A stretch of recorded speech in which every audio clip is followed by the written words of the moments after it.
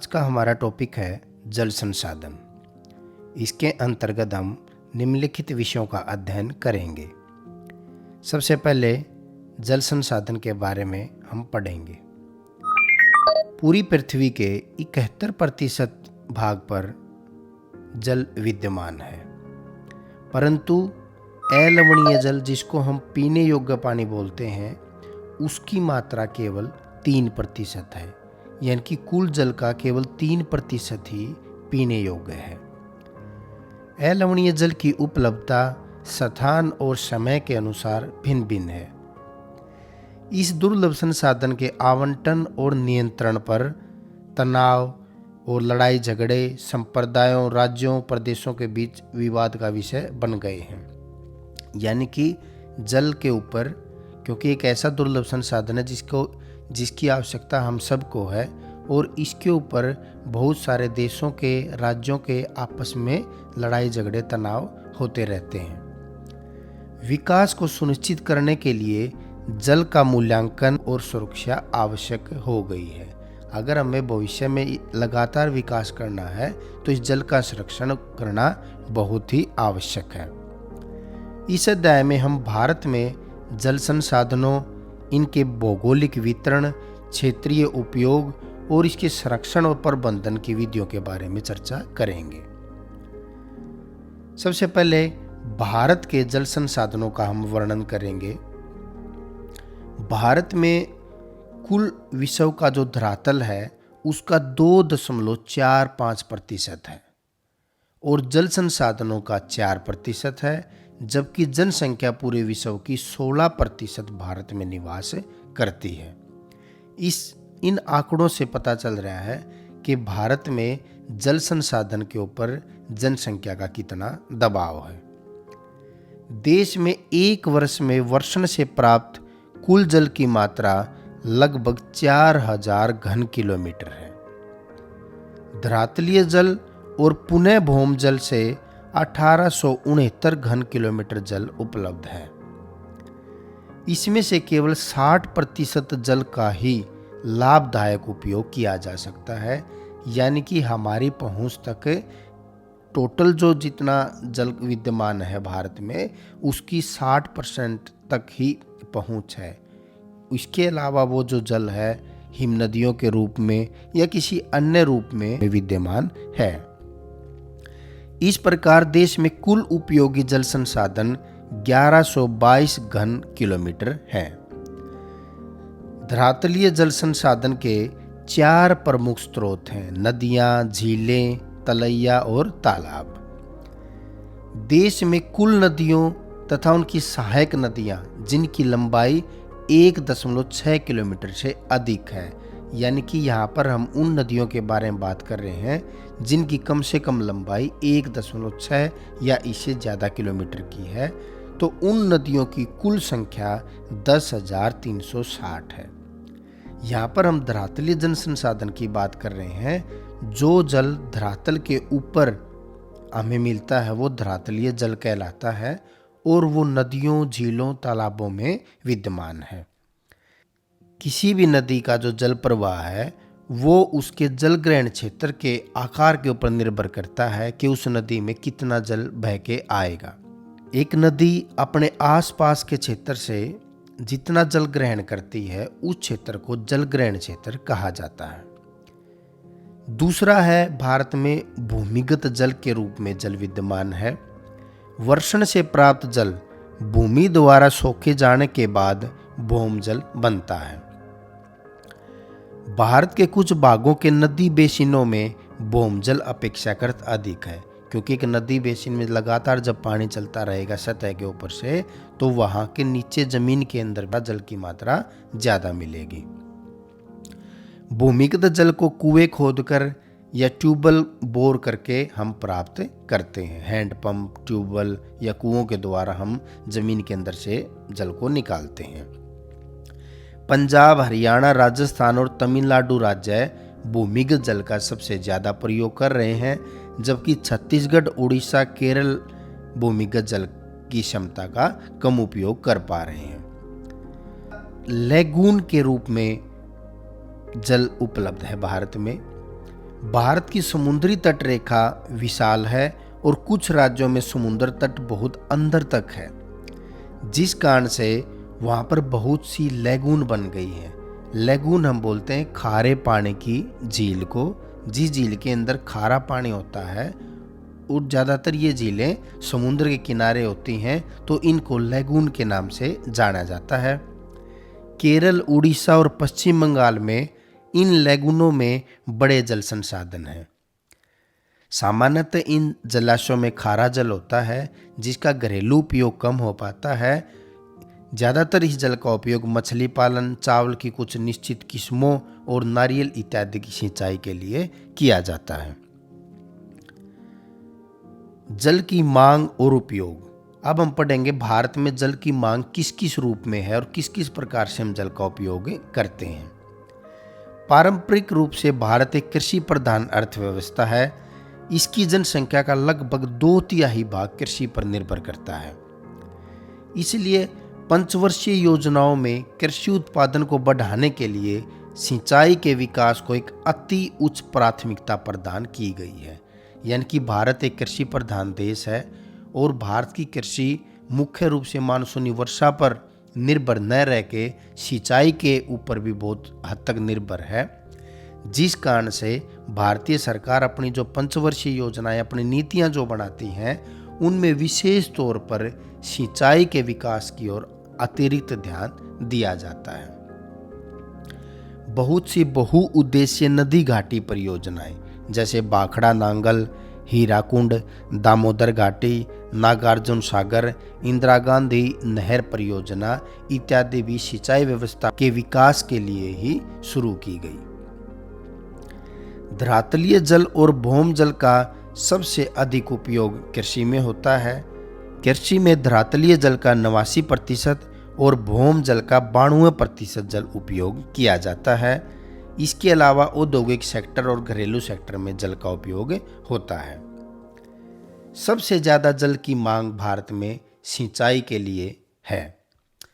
देश में वर्षा के स्थानिक सामयिक परिवर्तनों के कारण कृषि में सिंचाई की आवश्यकता होती है, क्योंकि पूरा साल लगातार वर्षा नहीं होती, हर जगह समान रूप से वर्षा नहीं होती। इस कारण से सिंचाई की आवश्यकता पड़ती है। देश के अधिकांश भाग वर्षा विहीन और सूखाग्रस्त हैं। ज़्यादातर भागों में शीत और ग्रीष्म ऋतुओं में न्यूनाधिक शुष्कता पाई जाती है। इसलिए शुष्क ऋतु में बिना सिंचाई के खेती करना कठिन हो जाता है। कुछ फसलों के लिए जल की कमी सिंचाई को आवश्यक बनाती है। यानी कि बहुत सारी ऐसी फसलें हैं जिनको बहुत ज़्यादा जल की ज़रूरत होती है, जो सिंचाई के द्वारा ही उसकी पूर्ति हो पाती है। जैसे चावल, गन्ना, जूट इत्यादि जो फसलें हैं, इनको अत्यधिक जल की आवश्यकता होती है। सिंचाई की व्यवस्था बहुफसलीकरण को संभव बनाती है। यानी कि एक किसान अगर केवल वर्षा के ऊपर डिपेंड रहेगा तो वो केवल उन्हीं दिनों में कृषि कर सकता है, फसल उगा सकता है जब वर्षा होती है। लेकिन अगर सिंचाई की उपलब्धता है तो वो पूरे साल में 2 या 3 फसलें ले सकता है। तो सिंचाई बहुफसलीकरण को बढ़ावा देती है, तो इसलिए भी सिंचाई के लिए जल की मांग है। फसलों की अधिक उपज देने वाली किस्मों के लिए आर्द्रता आपूर्ति नियमित रूप से आवश्यक है। बहुत सारे ऐसे बीज होते हैं जिनको उगने के लिए, बढ़ने के लिए ज़्यादा नमी की ज़रूरत होती है, इसलिए भी सिंचाई की आवश्यकता है। पंजाब, हरियाणा, पश्चिमी उत्तर प्रदेश में कुल बोए गए क्षेत्र का 85% भाग सिंचाई के अंतर्गत आता है। इन राज्यों में गेहूं और चावल मुख्य रूप से सिंचाई की सहायता से ही पैदा किए जाते हैं। सिंचाई के प्रमुख साधन हैं नहरों के द्वारा, कुओं के द्वारा, नलकूपों के द्वारा और तालाबों के द्वारा। उत्तरी भारत में ज़्यादातर नहरें और नलकूपों का प्रयोग किया जाता है सिंचाई के लिए, जबकि दक्षिण भारत में तालाबों से सिंचाई ज़्यादा होती है। जल दुर्लभता। लोगों की मूलभूत आवश्यकता के अनुसार जल की उपलब्धता न होना जल दुर्लभता कहलाता है। वर्षा में वार्षिक और मौसमी परिवर्तन के कारण जल संसाधनों की उपलब्धता में समय और स्थान के अनुसार भिन्नता पाई जाती है। जल दुर्लभता के विभिन्न कारण हैं, यानी कि जल की कमी होने के कई अलग अलग तरह के कारण हैं, जैसे अनाज का उत्पादन बढ़ाने के लिए जल संसाधनों का अतिशोषण, उद्योगों में अत्यधिक जल का प्रयोग, बढ़ती जनसंख्या और शहरीकरण का विकास होना और समाज के विभिन्न वर्गों में जल के असमान वितरण के कारण जल दुर्लभता पाई जाती है। हमारे देश में कई शहर ऐसे हैं जहां प्रचुर मात्रा में जल संसाधन होने के बावजूद भी जल की दुर्लभता है। जल दुर्लभता जल की खराब गुणवत्ता के कारण भी हो सकती है, यानी कि केवल जल दुर्लभता जल की कमी होने से ही नहीं होती, इसके साथ में अगर जल में गुणवत्ता नहीं है, अगर वो जल प्रदूषित है, तो भी वो जल दुर्लभता के अंतर्गत आता है। लोगों की आवश्यकता के लिए प्रचुर मात्रा में जल उपलब्ध होने के बावजूद यह घरेलू और औद्योगिक अपशिष्टों, रसायनों, कीटनाशकों और कृषि में प्रयुक्त उर्वरकों द्वारा प्रदूषित है, जो मानव उपयोग के लिए खतरनाक है। जल संरक्षण और प्रबंधन की आवश्यकता। समय की मांग है कि हम अपने जल संसाधनों का संरक्षण और प्रबंधन करें, स्वयं को स्वास्थ्य संबंधी खतरों से बचाएं, खाद्यान्न सुरक्षा, अपनी आजीविका और उत्पादक क्रियाओं की निरंतरता को सुनिश्चित करें और हमारे प्राकृतिक पारितंत्र को निम्नीकृत होने से बचाएं। जल संसाधनों के अति शोषण और कुप्रबंधन से इन संसाधनों का ह्रास हो सकता है और पारिस्थितिकी संकट की समस्या पैदा हो सकती है, जिसका हमारे जीवन पर गंभीर प्रभाव हो सकता है। यानी कि हमें जल संरक्षण की इसलिए आवश्यकता है कि भविष्य में हम अपना आने वाली पीढ़ियां भी हम विकास करें और हम भी विकास करें और हमारा पारितंत्र, हमारा पारिस्थितिकी तंत्र जो आसपास का है वो बचा रहे, क्योंकि मानव भी पारिस्थितिकी का ही एक अंग है। अलवणीय जल की घटती हुई उपलब्धता और बढ़ती मांग से सतत पोषणीय विकास के लिए इस महत्वपूर्ण जीवनदायी संसाधनों के संरक्षण और प्रबंधन की आवश्यकता बढ़ गई है। अब हम पढ़ेंगे कि किस किस प्रकार से जल का संरक्षण और प्रबंधन किया जा सकता है। सबसे पहला है बहुउद्देशीय नदी परियोजनाएं। पुरातत्व वैज्ञानिक और ऐतिहासिक अभिलेख दस्तावेज बताते हैं कि हमने प्राचीन काल से सिंचाई के लिए पत्थरों और मलबे से बांध, जलाशय अथवा झीलों के तटबंध और नहरों जैसी उत्कृष्ट जलीय आकृतियां बनाई हैं। यानी कि हमारे पूर्वज, हमारे पिछली जो पीढ़ियां थी, वो भी जल के संरक्षण के लिए कई प्रकार के कार्य करती थी। यह परिपाटी आधुनिक भारत में भी जारी है। अब आप ये रेड डॉट देखें, जहां जहां भारत में जो नदियों, प्रमुख नदियों के ऊपर बांध बनाए गए हैं, ये वो दर्शा रखा है। परंपरागत बांध नदियों और वर्षा जल को इकट्ठा करके बाद में उसे खेतों की सिंचाई के लिए उपलब्ध कराते थे। यानी कि पुराने समय में जो बांधों के द्वारा जल का संरक्षण किया जाता था, उसका प्रमुख उद्देश्य सिंचाई या घरेलू उपयोग ही होता था। आजकल बांध सिर्फ सिंचाई के लिए ही नहीं बनाए जाते, अपितु उनका उद्देश्य विद्युत उत्पादन, घरेलू और औद्योगिक उपयोग, जलापूर्ति, बाढ़ नियंत्रण, मनोरंजन, आंतरिक नौचालन और मछली पालन भी होता है। इसलिए बांधों को बहुउद्देशीय परियोजनाएं भी कहा जाता है, जहां पर एक साथ बहुत सारे उद्देश्यों की पूर्ति होती है। उदाहरण के लिए सतलुज व्यास बेसिन में भाखड़ा नांगल परियोजना, ये अब रेड डॉट है, ब्लिंक करेगी ये यहाँ पर भाखड़ा नांगल डैम है, बांध है। दूसरी है महानदी बेसिन में हीराकुंड परियोजना। ये देखें आप, महानदी बंगाल की खाड़ी की तरफ आए, यहाँ पर ये रहा हीराकुंड बांध। ये भारत के प्रमुख बांधों में से एक कुछ उदाहरण है। बहुउद्देशीय परियोजनाओं को देश के विकास और समृद्धि के रास्ते पर ले जाने वाले वाहन के रूप में देखा जाता है। जवाहरलाल नेहरू जी ने गर्व से बांधों को आधुनिक भारत के मंदिर कहा था, क्योंकि उनका मानना था कि इन परियोजनाओं के चलते कृषि और ग्रामीण अर्थव्यवस्था, औद्योगिकरण और नगरीय अर्थव्यवस्था समन्वित रूप से विकास करेंगी। तो बांधों का जो महत्व है इस बात से पता चलता है कि हमारे आज की वर्तमान के जो जीवन में जो बहुउद्देशीय परियोजना है उनका बहुत ही महत्व है। पिछले कुछ वर्षों में बहुउद्देशीय परियोजनाओं और बड़े बांधों का विरोध भी हुआ है, जिसके निम्नलिखित कारण हैं। यानी कि अगर हमें बहुउद्देशीय परियोजनाओं के बहुत सारे लाभ हैं तो इससे बहुत सारी हानियां भी हुई हैं। क्या क्या हानियां हुई हैं? नदियों पर बांध बनाने से उनका बहाव नियंत्रित करने से उनका जो प्राकृतिक बहाव था वो अवरुद्ध हो गया है, जिसके कारण तलछट का जो बहाव है वो भी कम हो गया। तलछट का मतलब होता है जो नदी के पानी के साथ उसकी तली में कंकर, पत्थर, रेती, इस तरह की जो चीजें बहती हुई चलती हैं उसको हम तलछट बोलते हैं। अत्यधिक तलछट जलाशय की तली पर जमा होता रहता है, जिससे नदी का तल अधिक चट्टानी हो जाता है और नदी जलीय जीव आवासों में नीचे तक भोजन नहीं पहुंच पाता।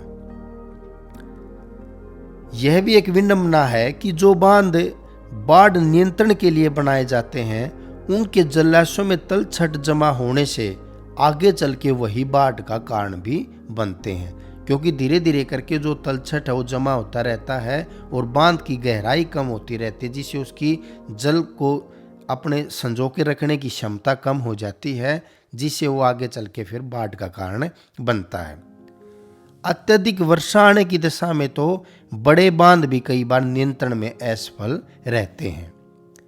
बांध के जलाशय पर तलछट जमा होने का अर्थ है कि यह तलछट, जो कि एक प्राकृतिक उर्वरक भी है, वो आगे बाढ़ के मैदानों तक नहीं पहुंच पाता, क्योंकि अगर लगातार एक नदी से जल चलता रहेगा तो उससे जब खेतों में सिंचाई होगी तो या बाढ़ कहीं पर आएगी तो वहाँ पर हर साल एक नई मिट्टी की परत बिछती रहती है, तलछट बिछता रहता है, जिससे उस मिट्टी का उपजाऊपन बना रहता है।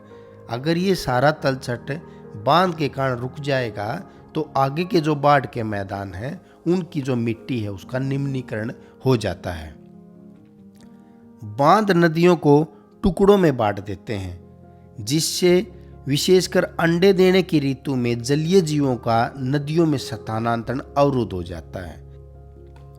बांध से बने जलाशयों द्वारा वहां मौजूद वनस्पति, मिट्टियां और जीव जंतु जल में डूब जाते हैं, जिस कारण से बहुत सी पारिस्थितिकी हानि होती है। सिंचाई ने कई क्षेत्रों में फसल प्रारूप परिवर्तित कर दिया है, जहां किसान जलमग्न और वाणिज्य फसलों की ओर आकर्षित हो रहे हैं। जो बांध बनने से नहरें बनी, फिर सिंचाई की व्यवस्था बढ़ी, तो जो फसल प्रारूप है वो भी हमारे देश का धीरे धीरे बदल गया। ज़्यादा जल ग्रहण करने वाली फसलों को अगर हम उगाते हैं तो उससे जो हमारी मिट्टी है उसके अंदर बहुत ज़्यादा लवणीकरण की मात्रा हो जाती है, जिससे मिट्टी अनुपजाऊ हो जाती है। बहुउद्देशीय परियोजनाओं के कारण कई बार बहुत सारी जगहों पर भूकंप भी आते हैं, क्योंकि एक जगह बहुत ज़्यादा मात्रा में पानी इकट्ठा हो जाता है, जिससे भूमि के ऊपर वहाँ पर दबाव पड़ता है, ज़मीन धंस जाती है और वो भूकंप का कारण बनता है। अत्यधिक जल के उपयोग से जल जनित बीमारियाँ और फसलों में कीटाणु जनित बीमारियाँ भी फैलती हैं। बहुउद्देशीय परियोजनाएं और बड़े बांध नए सामाजिक आंदोलनों जैसे नर्मदा बचाओ आंदोलन, टिहरी बांध आंदोलन के कारण भी बने हैं। इन परियोजनाओं का विरोध मुख्य रूप से वहाँ का जो स्थानीय समुदाय करता है, क्योंकि उनको बांध के कारण विस्थापन करना पड़ता है, प्रवास करना पड़ता है। अमीर भूमि मालिकों और गरीब भूमिहीनों के बीच, नगरीय लोगों और ग्रामीण किसानों के बीच सामाजिक विरोध भी बढ़े हैं। बहुउद्देशीय परियोजनाओं की लागत और लाभ के बंटवारे को लेकर अंतर्राज्यीय झगड़े भी होते रहते हैं। अलग अलग राज्यों के बीच में झगड़े होते रहते हैं। जल संरक्षण और प्रबंधन। अलवणीय जल की घटती हुई उपलब्धता और बढ़ती मांग से सतत पोषणीय विकास के लिए इस महत्वपूर्ण जीवनदायी संसाधनों के संरक्षण और प्रबंधन की आवश्यकता बढ़ गई है। निम्नलिखित विधियों के द्वारा हम जल का संरक्षण और प्रबंधन कर सकते हैं। पहला है जल प्रदूषण का निवारण। अलग अलग कारणों से जल का प्रदूषण होता है। उपलब्ध जल संसाधनों का तेजी से निम्नीकरण हो रहा है। देश की मुख्य नदियों के प्राय पहाड़ी क्षेत्रों के जो ऊपरी भाग होते हैं और कम बसे हुए क्षेत्र होते हैं, वहाँ जल की गुणवत्ता अच्छी होती है, जबकि मैदानी भागों में जब वो नदी प्रवेश करती है तो कृषि, घरेलू या औद्योगिक उद्देश्यों से जब हम उस जल का उपयोग करते हैं तो उससे अपशिष्ट जल जब निकलता है तो वो जल को बहुत ज़्यादा मात्रा में प्रदूषित कर देता है। अपवाहिकाओं के साथ कृषिगत उर्वरक और कीटनाशक युक्त घरेलू ठोस और अपशिष्ट पदार्थ और औद्योगिक बहिस्त्राव जो है वो नदी में आगे जाके मिल जाता है और वो नदी के जल को प्रदूषित कर देता है। गर्मियों के मौसम में तो जल का प्रवाह कम होने से नदियों में प्रदूषकों की जो मात्रा है वो और भी ज़्यादा बढ़ जाती है। केंद्रीय प्रदूषण नियंत्रण बोर्ड राज्य प्रदूषण नियंत्रण बोर्ड के साथ मिलकर राष्ट्रीय जल संसाधनों की गुणवत्ता को जांचते हैं। यानी कि ये बोर्ड कोशिश करते हैं कि किस प्रकार से जल के प्रदूषण को कम किया जाए। नदियों में प्रदूषण का मुख्य स्रोत जैव अथवा जीवाणुवीय संदूषण है। दिल्ली और इटावा के बीच यमुना नदी सबसे अधिक प्रदूषित नदी है। भौम जल प्रदूषण देश के विभिन्न भागों में बाहरी विषैली धातुओं फ्लोराइड नाइट्रेट्स के संकेंद्रण के कारण होता है। यानी कि जिस प्रकार नदियों में, तालाबों में, झीलों में जल का प्रदूषण हो रहा है वो धरातलीय जल प्रदूषण है, उसी प्रकार भूमिगत जल भी प्रदूषित हो रहा है। जब हम खेतों में रसायनों उर्वरकों का प्रयोग करते हैं और फिर उस खेत में पानी से सिंचाई करते हैं तो वो जब ज़मीन उस पानी को सोखती है तो उसके साथ जो हानिकारक तत्व हैं वो भी ज़मीन के अंदर चले जाते हैं और वो भूमिगत जल को प्रदूषित करते हैं। जल अधिनियम 1974, पर्यावरण सुरक्षा अधिनियम 1986, जल उपकर अधिनियम 1977, इन सब का उद्देश्य जल के प्रदूषण को ही कम करना है, लेकिन इनके प्रभाव सीमित क्षेत्र तक ही हुए हैं। जल के महत्व और जल प्रदूषण के प्रभावों के बारे में जागरूकता का प्रसार करना अति आवश्यक है। आप इस लेसन को, इस चैप्टर को आप पढ़ रहे हैं, ये भी एक प्रकार से आपको जागरूक करने के लिए ही पढ़ाया जा रहा है कि किस प्रकार से जल संसाधन हमारे लिए महत्वपूर्ण है और इसका संरक्षण कितना आवश्यक है। जन जागरूकता और उनकी भागीदारी से कृषिगत, घरेलू और औद्योगिक विसर्जन से प्राप्त प्रदूषकों में बहुत प्रभावशाली ढंग से कमी लाई जा सकती है। जल का पुनः चक्रण और पुनः उपयोग। कम गुणवत्ता के जल का उपयोग जैसे शोधित अपशिष्ट जल उद्योगों के लिए एक विकल्प है, जिसका उपयोग शीतलन एवं अग्निशमन के लिए करके वे जल पर होने वाली लागत को कम कर सकते हैं। इसी तरह नगरीय क्षेत्रों में स्नान और बर्तन धोने में प्रयुक्त जल को बागवानी के लिए उपयोग किया जा सकता है। इससे अच्छी गुणवत्ता वाले जल का पीने के उद्देश्य के लिए संरक्षण होगा। वर्तमान में जल का पुनर्चक्रण सीमित मात्रा में हो रहा है, फिर भी जल का पुनर्चक्रण जल संरक्षण में उपयोगी हो सकता है। जल संभर प्रबंधन। जल संभर प्रकृति द्वारा निर्मित एक ऐसा सुनिश्चित क्षेत्र होता है जिसका जल एक ही बिंदु की ओर प्रवाहित होता है। इसके अंतर्गत विभिन्न विधियों के द्वारा बहते जल को संरक्षित किया जाता है, जैसे तालाब, पुनर्भरण कुओं आदि के द्वारा भौम जल का संचयन और पुनर्भरण शामिल है। आप सबने देखा है गाँव में तालाब होता है, वर्षा होती है, गांव का सारा जल इकट्ठा होकर उस तालाब में चला जाता है। वो एक जल संभर का आपके नज़दीक में उदाहरण है। विस्तृत रूप में जल संभर प्रबंधन के अंतर्गत सभी प्राकृतिक जैसे भूमि, जल, पौधे, प्राणियों और मानवीय संसाधनों के संरक्षण, पुनरुत्पादन और विवेकपूर्ण उपयोग को सम्मिलित किया जाता है। जल संभर प्रबंधन का उद्देश्य प्राकृतिक संसाधनों और समाज के बीच एक संतुलन लाना होता है। जल संभर व्यवस्था की सफलता मुख्य रूप से समुदाय के सहयोग पर निर्भर करती है। जब तक समाज के लोग अपना योगदान नहीं देंगे, अपनी जागरूकता के साथ योगदान नहीं देंगे, जब तक जल संभर प्रबंधन सफल नहीं हो सकता। केंद्रीय और राज्य सरकारों तथा कुछ गैर सरकारी संगठनों ने देश में बहुत से जल संभर विकास और प्रबंधन कार्यक्रम चलाए हैं। हरियाली केंद्र सरकार द्वारा प्रवर्तित जल संभर विकास परियोजना है, जिसका उद्देश्य ग्रामीण जनसंख्या को पीने, सिंचाई, मत्स्य पालन और वन रोपण हेतु जल संरक्षण के लिए योग्य बनाना है। यह परियोजना लोगों के सहयोग से ग्राम पंचायतों द्वारा निष्पादित की जा रही है। नीरू मीरू, जिसका अर्थ जल और आप, ये कार्यक्रम है जो आंध्र प्रदेश में, और अरवारी पानी संसद अलवर राजस्थान में, ये भी जल संभर के ही दो उदाहरण हैं। इनके अंतर्गत लोगों के सहयोग से विभिन्न जल संग्रहण संरचनाएं जैसे तालाब की खुदाई और रोक बांध आदि बनाए जा रहे हैं। तमिलनाडु में किसी भी इमारत का निर्माण बिना जल संग्रहण संरचना बनाए नहीं किया जा सकता। यानी कि तमिलनाडु राज्य में सरकार ने ऐसी नीति बनाई है कि जो भी अपना नया मकान बनाएगा उसको अपने घर में कुछ इस तरह की संरचना, कोई जमीन के अंदर ऐसी टंकी वगैरह बनानी पड़ेगी जिसमें वर्षा का पानी इकट्ठा करके रखा जा सके, समय आने पर उसका प्रयोग किया जा सके। कुछ क्षेत्रों में जल संभर विकास परियोजनाएं पर्यावरण और अर्थव्यवस्था का कायाकल्प करने में भी सफल हुई हैं। जैसे अंबाला का सुखो माजरी गांव और अहमदनगर जिले का रालेगन सीधी गांव महाराष्ट्र राज्य में ये जल संभर विकास और प्रबंधन की सफलता के प्रमुख उदाहरण हैं। देश में लोगों के बीच जल संभर विकास और प्रबंधन के लाभों को बताकर जागरूक करने से इस एकीकृत जल संसाधन प्रबंधन उपागम द्वारा जल उपलब्धता सतत पोषणीय आधार पर निश्चित रूप से की जा सकती है। वर्षा जल संग्रहण। वर्षा जल संग्रहण विभिन्न उपयोगों के लिए वर्षा के जल को रोकने और एकत्र करने की एक विधि है।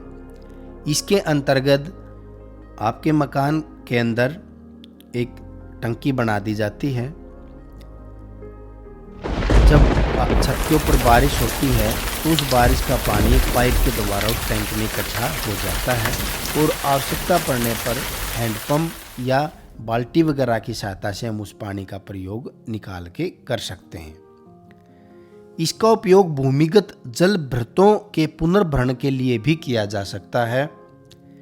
यह एक कम मूल्य और पारिस्थितिकी अनुकूलन विधि है जिसके द्वारा पानी की प्रत्येक बूंद सुरक्षित करने के लिए वर्षा जल को नलकूपों, गड्ढों और कुओं में एकत्रित किया जाता है।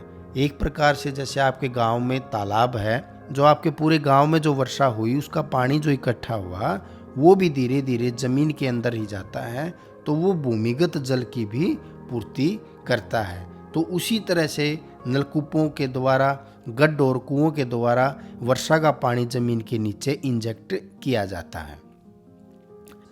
वर्षा जल संग्रहण पानी की उपलब्धता को बढ़ाता है, भूमिगत जल स्तर को नीचा होने से रोकता है, फ्लोराइड और नाइट्रेट्स जैसे संदूषकों को कम करके भूमिगत जल की गुणवत्ता को भी बढ़ाता है। यानी कि जल की मात्रा को भी बढ़ाता है और उस जल की गुणवत्ता को भी बढ़ाता है।